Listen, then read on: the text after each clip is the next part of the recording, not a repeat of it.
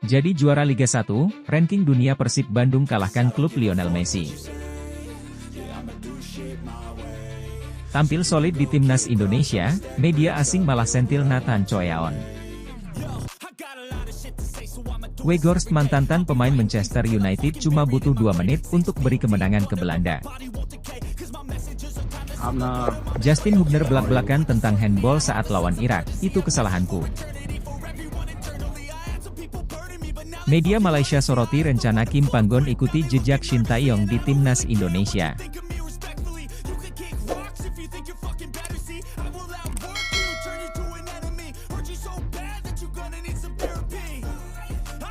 Jadi juara Liga 1, ranking dunia Persib Bandung kalahkan klub Lionel Messi. Football Database merilis ranking klub dunia pada 9 Juni 2024. Pada ranking tersebut, klub Liga 1, Persib Bandung berhasil mengalahkan klub yang diperkuat Lionel Messi. Persib menempati ranking 654 dunia dengan 1.404 poin. Catatan ini membuat Persib jauh di atas Inter Miami, klub yang diperkuat Lionel Messi.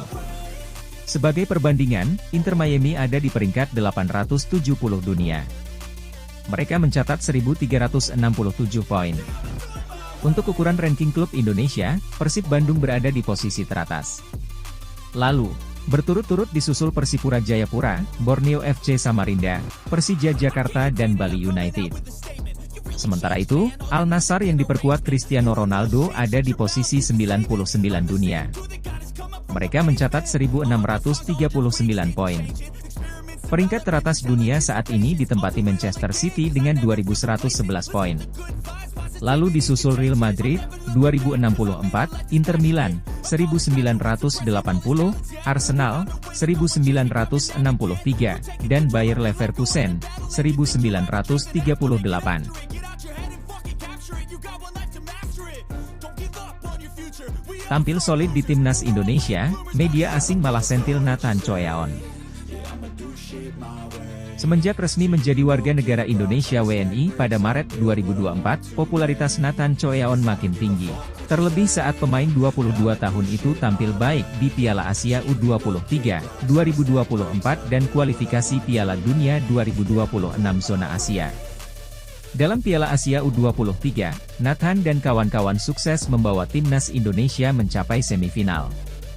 Adapun di kualifikasi Piala Dunia, Nathan Choyaon berhasil membawa timnas Indonesia lolos ke putaran ketiga. Kendati tampil baik bersama timnas Indonesia, media asing, Wales Online justru menyentil Nathan Choyaon. Mereka heran mengapa sang pemain dapat tampil bagus di timnas Indonesia namun loyo ketika membela klubnya, Swansea City. Ketika pemain timnas Indonesia itu tiba dengan biaya 300.000 euro, banyak yang berharap dia akan menjadi jawaban dari krisis bek kiri Swansea City, tulis laporan Wales Online, dikutip Minggu, 16 Juni 2024. Namun, dia belum mampu bersaing dengan level sepak bola Championship, kasta kedua Liga Inggris, sambung laporan tersebut. Akibat performa kurang baik di Swansea, Nathan Choyaon kemudian dipinjamkan ke SC Heerenveen demi mendapat banyak menit bermain pada Kamis, 25 Januari 2024. Sayangnya, performa Nathan di SC Heerenveen tak sesuai yang diharapkan.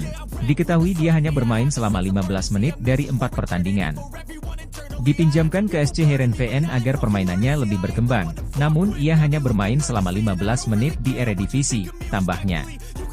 Wales Only berharap Nathan dapat menunjukkan kemampuannya di Swansea City seperti layaknya saat membela timnas Indonesia.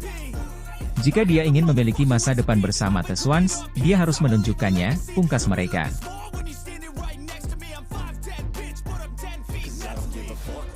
Weghorst mantan pemain Manchester United cuma butuh 2 menit untuk beri kemenangan ke Belanda.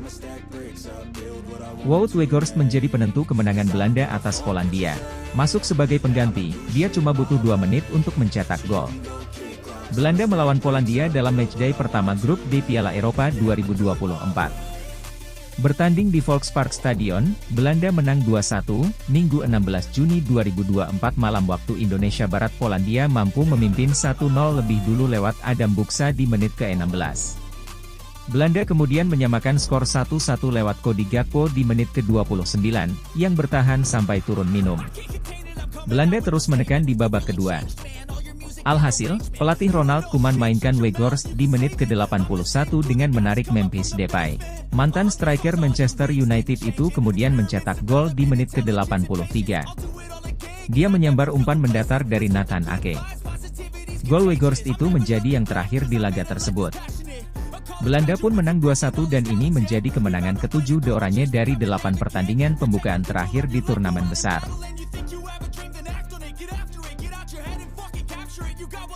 Justin Hubner belak-belakan tentang handball saat lawan Irak, itu kesalahanku. Bek Timnas Indonesia, Justin Hubner mengakui membuat kesalahan yang mengakibatkan kekalahan Timnas Indonesia dari Timnas Irak.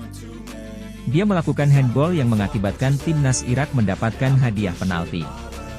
Seperti yang sudah kita ketahui, Timnas Indonesia menelan kekalahan 0-2 dari Timnas Irak di laga kelima grup F putaran kedua kualifikasi Piala Dunia 2026 zona Asia di Stadion Utama Gelora Bung Karno, Kamis 6 Juni 2024. Hasil mengecewakan tersebut membuat Timnas Indonesia harus menunda lolos ke putaran ketiga. Sementara dalam pertandingan tersebut, Aimen Hussein membuka keunggulan Timnas Irak melalui tendangan penalti. Hal tersebut terjadi usai Justin Hubner melakukan handball di dalam kotak penalti.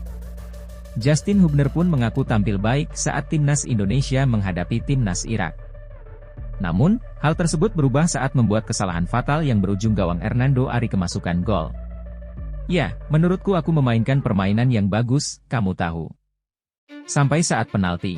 Handball saya, kata Justin Hubner dikutip dari YouTube Prestige Productions, Minggu 16 Juni 2024. Pemain berusia 20 tahun itu pun mengaku sempat mengira Jordi Amat bakal menghalau bola. Namun, ia mengakui handball tersebut adalah kesalahannya. Saya pikir Jordi Amat akan menyundul bola. Dan kemudian dia melompat ke bawah bola, ujarnya. Pada akhirnya, itu adalah kesalahanku, tentu saja. Saya tidak menyangka akan menguasai bola dalam sepersekian detik. Bola sampai ke tanganku, tentu saja kesalahan saya pada akhirnya, saya terima, katanya. Kendati demikian, Justin Hubner menyadari perannya sebagai pemain bertahan. Ia menjelaskan pemain bertahan membuat kesalahan akan berujung gol. Bagi seorang bek, jika Anda melakukan satu kesalahan, itu bisa berupa gol, kartu merah, atau pelanggaran. Itu terjadi, Anda tahu, tuturnya. Sementara usai menelan kekalahan dari Timnas Irak, Justin Hubner pun membayar kesalahannya di laga selanjutnya. Timnas Indonesia sukses meraih kemenangan 2-0 atas Filipina di Stadion Utama Gelora Bung Karno, Selasa, 11 Juni 2024. Hasil positif tersebut pun membuat Timnas Indonesia melaju ke putaran ketiga kualifikasi Piala Dunia 2026 zona Asia. Bahkan, untuk pertama kalinya pasukan Garuda menembus putaran ketiga kualifikasi Piala Dunia serta menjadi satu-satunya wakil ASEAN.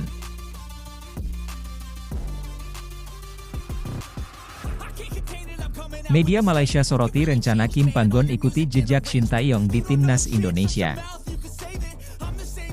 Tidak terduga, media Malaysia, Makan Bola, menyoroti rencana pelatih Timnas Malaysia Kim Panggon mengikuti rencana Timnas Indonesia. Karena, cara itu diklaim sebagai yang terbaik saat ini.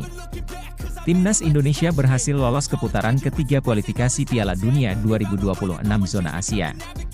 Timnas Indonesia berhasil menjadi runner-up grup F di putaran kedua dengan mengoleksi nilai 10 dari 6 laga yang dimainkan. Timnas Indonesia adalah menjadi satu-satunya wakil Asia Tenggara di putaran ketiga.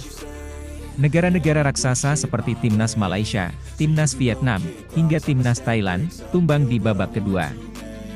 Hal itu tidak terlepas dari hadirnya pemain-pemain keturunan Indonesia yang merumput di Eropa. Langkah PSSI menaturalisasi pesepak bola berdarah Indonesia itu hendak ditiru Malaysia. Kim Panggon jelas-jelas mengatakan sepak bola Malaysia butuh banyak perbaikan yang memakan waktu.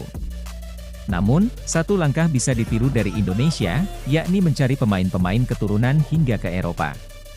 Pelatih skuad Harimau Malaya, Kim Panggon, menyarankan agar Malaysia mulai mengikuti jejak Indonesia, bunyi artikel di Makan Bola, dikutip Senin 17 Juni 2024. Realitanya, saya dapat lihat situasi agak sulit tetapi saya juga tidak tahu bagaimana memperbaikinya karena banyak masalah yang perlu dibenahi.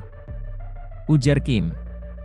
Mungkin kita bisa mengikuti cara pelatih Indonesia Shin Tae-yong yang terbang ke Eropa untuk mencari pemain keturunan, tukas pria asal Korea Selatan itu.